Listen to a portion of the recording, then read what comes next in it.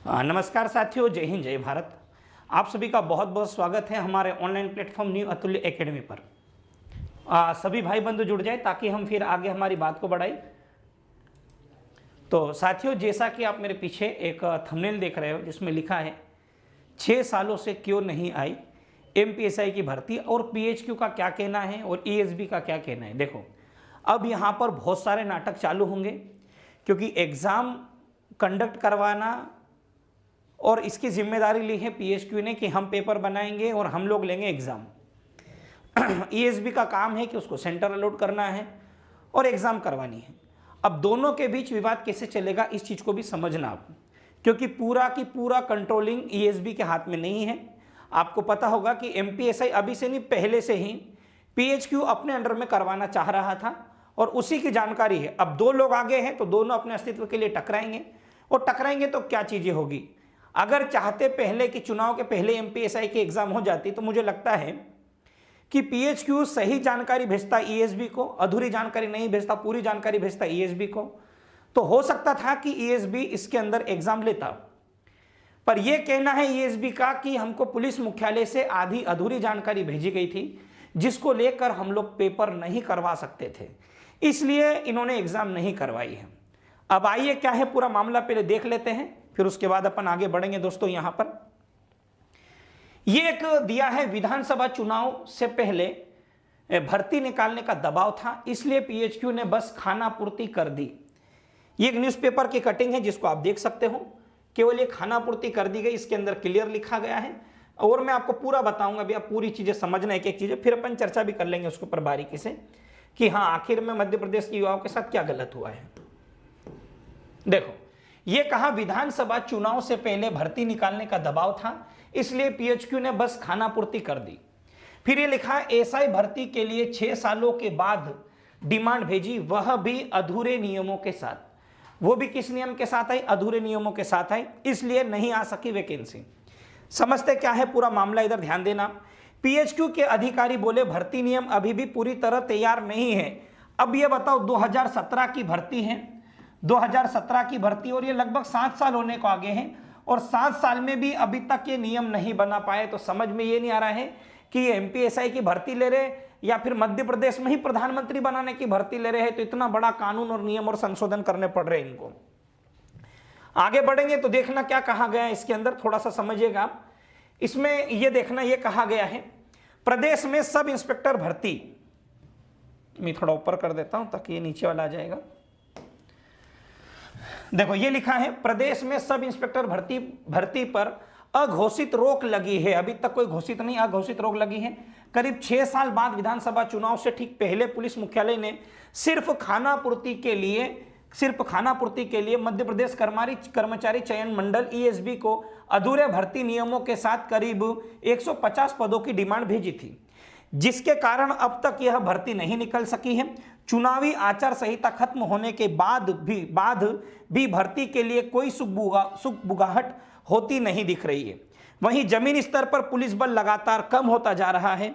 अब जब नई सरकार गठित हो चुकी है और भर्ती प्रक्रिया से जुड़े गृह और सामान्य प्रशासन विभाग जीएडी मुख्यमंत्री मोहन यादव के पास में है, तो पुलिस की तैयारी करने वाले लाखों युवाओं को जल्द ही भर्ती निकलने की उम्मीद बढ़ी है। हालांकि पीएचक्यू के अधिकारी बताते हैं कि अभी नियमों की तैयारी नहीं है, तो कब करेंगे ये कोई पता नहीं, कब बनाएंगे अपना नियम।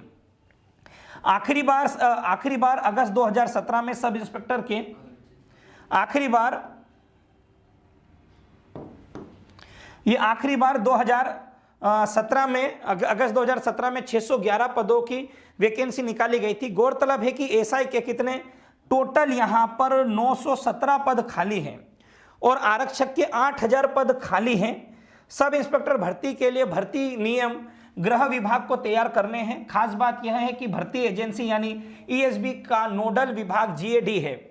ऐसे में भर्ती प्रक्रिया में देरी नहीं होनी चाहिए। सब इंस्पेक्टर के अलावा आरक्षक स्तर के पुलिस बल की भी बड़ी कमी है। राज्य शासन भोपाल और इंदौर के बाद जबलपुर और ग्वालियर में पुलिस कमिश्नर सिस्टम लागू करने की तैयारी में है। हाल ही में भोपाल में कार्यक्रम करीब 1000 जवानों की जबलपुर इकाई में पदस्थापना कर दी गई। मतलब जो 1000 जो लोग थे उनको वापस जबलपुर भेज दिया गया है। और ये कहा गया, देखो फिजिकल टेस्ट के लिए तैयार होने हैं नियम। अब इनका ये कहना कि फिजिकल एग्जाम तो लो, फिजिकल का तो आप बाद में भी बना देना ताकि बच्चे एग्जाम तो देगा। इसमें यह है विधानसभा चुनाव के पहले सभी विभागों पर भर्ती निकालने का दबाव था, इसलिए एसआई की भर्ती के लिए ईएसबी को अधूरे नियमों के साथ डिमांड भेज दी गई थी। पहले फेज की ऑनलाइन परीक्षा के लिए तो नियम है, लेकिन फिजिकल एग्जाम के लिए नियम बाद में बनाने की बात कही। ऐसे में ईएसबी ने क्वेरी की, जवान न मिलने से भर्ती अब तक नहीं निकल सकी। जवाब नहीं मिलने पर अभी तक ये भाई भर्ती नहीं निकल सकी है। और आप इधर देखते और इधर क्या लिखा है ये भी देख लेते अपन, और जीएडी का क्या जवाब है ये भी देख लो। ये कहा सिपाही के 7090 पदों का रिजल्ट अटका है। पुलिस आरक्षक के 7090 पदों के लिए पिछले साल 26 जून को विज्ञापन जारी हुआ था और 8 अगस्त से 12 सितंबर तक परीक्षा हुई। परीक्षा हुए 4 माह बीतने वाले हैं, पर अब तक रिजल्ट का अता पता नहीं है। यदि समय पर रिजल्ट आते तो चयनितों की सेकेंड फेज की परीक्षा शुरू हो जाती। अब जीएडी का क्या कहना है, सामान्य प्रशासन विभाग का, ये भी देख लो। भर्ती नियम तैयार होने में अभी समय है, इसके बाद ही कुछ कह सकते हैं। पदों की संख्या अभी नहीं बताई जा सकती है। अब यार यहां पर अगर आपने ये चीज पढ़ी होगी तो इधर देखो आप, ये वाला नियम देखना, ये नियम जो लिखा है इस नियम को थोड़ा सा ध्यान देना, ठीक है। ये वाला जो नियम है ना, ये नियम, इस नियम को देखो जरा आप ध्यान से, इस नियम को। अगर फिजिकल टेस्ट के लिए नियम बनाना है तो भाई आप फिजिकल रख दीजिए कि आप 100 नंबर का 200 नंबर का फिजिकल रखेंगे, बल्कि रिटर्न का एग्जाम तो आपको लेना चाहिए, रिटर्न का एग्जाम लेना चाहिए। और ये भी कंफर्म करना चाहिए कि वो जो सिलेबस चेंज हो रहा है या नहीं हो रहा, क्योंकि देखो 6 साल से तो उल्लू बना के रखा आप लोगों ने, 6 साल से तो बच्चों को आपने बेवकूफ़ बना के रखा ही है कि हम अगले साल अगले साल अगले साल अगले साल।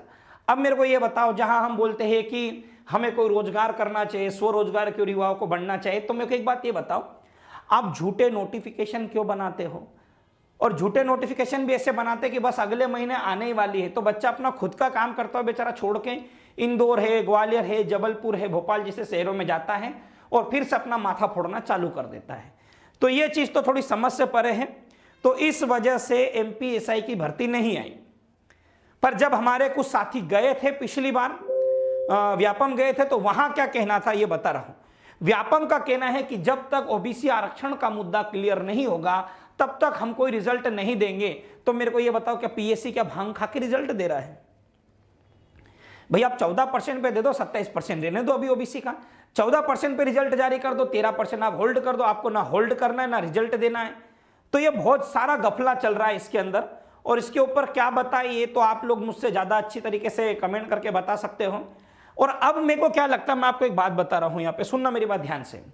मेरे को लगता है कि लोकसभा के चुनाव तक, मुझे लगता है लोकसभा के चुनाव तक अभी कुछ नहीं होना है। मेरे को लगता है ये लोकसभा के चुनाव तक अभी कुछ नहीं होना भाई, लोकसभा तक कुछ भी नहीं होना। क्यों नहीं होना, अब देखो आप समझ लो। फरवरी एंडिंग में, ये जो फरवरी है इसकी एंडिंग में क्या लग जाएगी, आचार संहिता लग जाएगी। एंडिंग में लग जाएगी आचार संहिता। अब इन्होंने जनवरी तो जैसे तैसे निकाल दिया, क्योंकि 22 जनवरी तक तो कुछ होगा नहीं। 14 जनवरी मकर संक्रांति है, 22 जनवरी प्राण प्रतिष्ठा है, तो जनवरी तो गया, 26 जनवरी को 26 जनवरी मनाएंगे। अब फरवरी एंडिंग में लगेगी आपकी आचार संहिता। क्यों? क्योंकि भाई इनको करवाने हैं लोकसभा चुनाव, और लोकसभा चुनाव करवाने हैं तो अब आप जो सोच रहे हो रास्ता रिजल्ट का, जो भी होना है अगर अभी हो गया तो ही काम का है, अन्यथा कोई काम का नहीं है। तो क्या काम का ये बता रहा हूं मैं। पहले तो एक बात ये ध्यान रख लो कि 10 तारीख को, ये 10 जनवरी को हम ट्विटर पर एक ट्रेंड करवाएंगे। ट्रेंडिंग क्या शब्द रहेंगे वो भी मैं आपको दे दूंगा, ठीक है।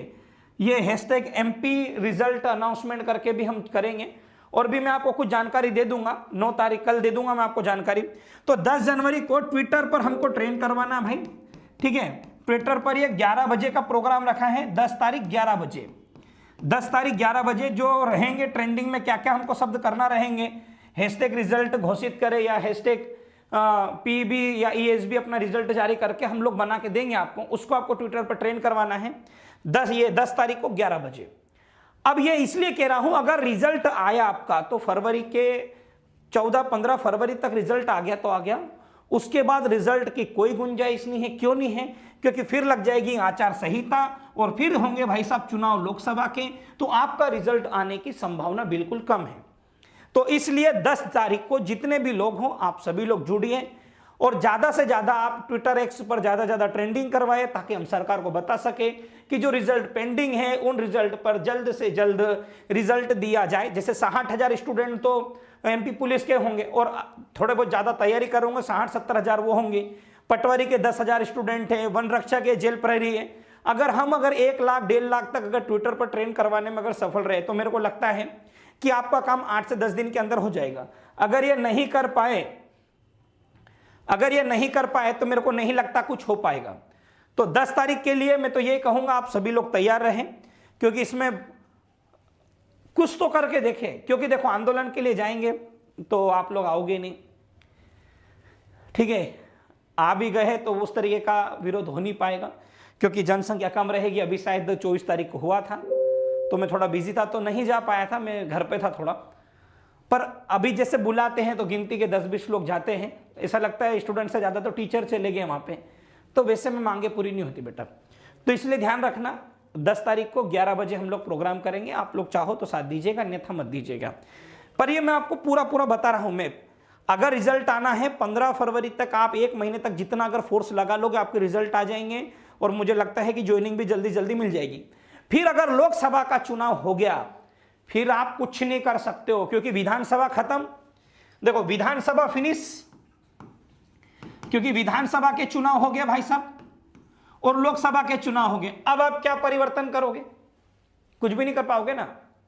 तो इसलिए ध्यान रखना, जो भी करना है लोकसभा चुनाव के पहले रिजल्ट के लिए यूनिटी बनानी पड़ेगी आपको और हमको सभी लोगों को, अन्यथा 2024 नील बट्टे सन्नाटा होने वाला है। सही बोल रहा हूं मैं, नील बट्टे सन्नाटा होने वाला बेटा, और कोई भर्ती नहीं आएगी। फिर ये भी ध्यान रखना है, तो जो भी दम लगाना अभी लगा लेना, नहीं तो फिर कुछ नहीं होना जाना है। इसलिए मेरी बात ध्यान से सुनना आप लोग। अभी हम डिजिटल प्लेटफॉर्म पर विरोध करते हैं, फिर अगर हमें ऐसा लगा कि नहीं यार अब हमें भोपाल भी जाना चाहिए, इंदौर में भी करना चाहिए, तो सभी जगह हम लोग मिल के लोकसभा चुनाव के पहले हम हमारी मांगों को मनवाने का प्रयास करेंगे। बस यही बात आपसे करनी थी। क्यों नहीं आया रिजल्ट, ये मैंने आपको सारी चीजें बता दी हैं। क्या क्या इसमें लोचा चल रहा है, फिजिकल टेस्ट के लिए तैयार होने हैं नियम, आधी अधूरी जानकारी भेजी गई थी इसलिए वो नहीं हो पाए। यहाँ क्लियर लिखा है भर्ती नियम तैयार होने में अभी समय है, इसके बाद ही कुछ कह सकते हैं। पदों की संख्या अभी नहीं बताई जा सकती है। संजीव शर्मा एडीजी है चयन एवं भर्ती शाखा पीएचक्यू में, ये इनका कहना है संजीव सर का। तो देखते हैं, आप और हम लोग सब मिलकर झेलेंगे। और अगर कोई सुझाव हो और अगर कोई बात हो तो आप मुझे कमेंट बॉक्स के अंदर कमेंट कर सकते हो। साथियों धन्यवाद, जय हिंद, जय भारत, इंकलाब जिंदाबाद, और आप सभी को मेरी ओर से भारत माता की जय। साथियों।